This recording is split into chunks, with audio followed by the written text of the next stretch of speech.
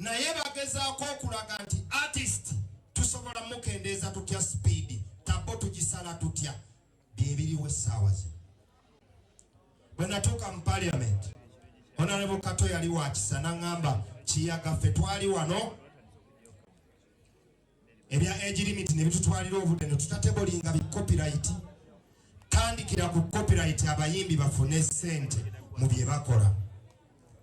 Bwe nteekayo copyright bwenti ne bampa leave bahonarebo bano bakimanyi kitwala obuvunaanyizibwa ne investment y'amaanyi okutuuka ku mutendera ogw'okuwa leave ogenda okola ennongoosereza ku tteeka. Naye natuuka ku mutendera ogwo ne bampa okugenda okukola private amendment bill eyo kikoleko ennongoosereza naye nafuna okunyolwa. Ba artist abali wano muli b'amaanyi, buli omu alina omutimbagano gwe gw'amaanyi.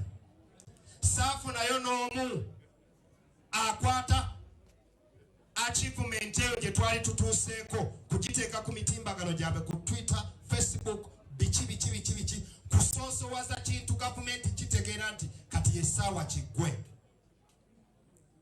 Gavumenti naye egenda okulaba nga Hilderman yakisigaddemu ne Kato Lubwama be bakisudiya negamba kati ono kyangu kimujjako. Appetite yaabwe nga bwe mugimanyi ne bajja nga babuuka ekyo tubadde tukikolako ne mbagamba mubadde mukikolako biki bye mubadde mukolako ogenda okubabuuza biki bye babadde bakolako nga ngaazi. Nze nabagamba neebuuzizza ku ba artist copyright manyi biki bye tulina okukyusa naye abayimbi bannakatemba baani bonna tewali yampagira nga batandikirawo we baali bali.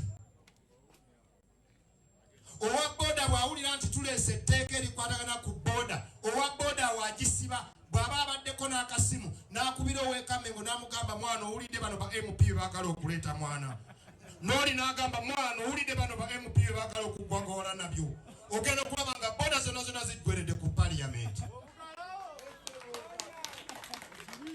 Naye bo balina second emu kuteeka ku kibanja kyo n'ogamba Hilderman big up. This is what we've been waiting for. Hilderman kino kyakabi kyetubadde tulinda. But now everybody go visit your sites. What you did when I was granted leave. Okujjako Kato Lubwama. Muntegedde. So when you talk about unity tejja kubeerawo nga tukuŋŋaanye wano. Unity begins even with the messaging. With the messaging, when you package into kakati copyright, omulenzi waffe copyright kati agirimu. Imagine nga abantu bonna buli artist ayogera ku copyright amendment Dr. Hilderman kyakabi naye balowooza mbu baba bakuvembeseza nnyo. Kakati nno ssente zammwe nali nzirwanirira kati abayaaye bazituddeko.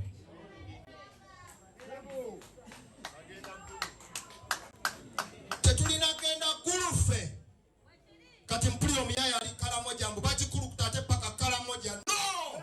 Artist wa bai! Insecurity eriawo ngo paka kala moja, do you know? Naye lwaki omuntu atamanyire bakuba na do re mi fa sol la ti do ate ogenda akusomesa endongo wagwana.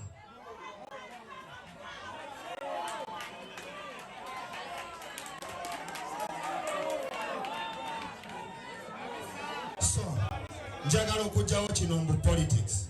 Bino si bya politics. Wabula politics yatuuka ne mu ndongo.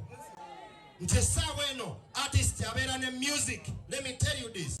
Essaawa eno artist abeera ne music naye ng'atya n'okulanga ekivulu because it is very expensive. Motherfucking expensive.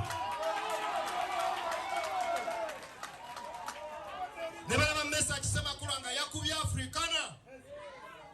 Manya Serena yona yajjudde yabwase naye nga bwe mubala ennyo amaanyi ge okuva Desemba alanga kigulu ng'ensenene ezagudde jjo Gaye aleetawo emmotoka nnya n'amusinga ofuna amagoba. Can you imagine man? Kubanga essaawa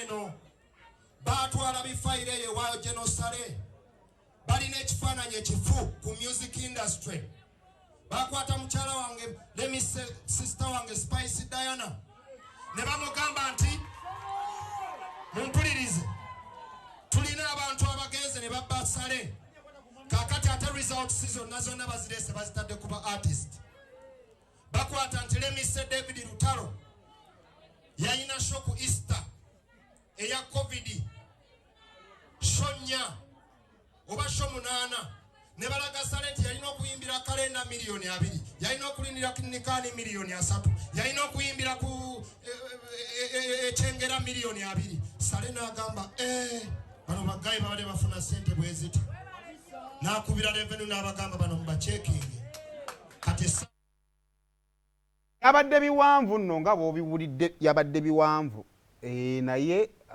kansubire nti nno bwe mulaba wobadde tewatambula bulungi mutereezeewo initiative webanga yakutereeza industry mugitereeze webanga ya ssente kasita ebinaava mu ssente mwakoze eki mwabitegedde dale tusa kusukka waawo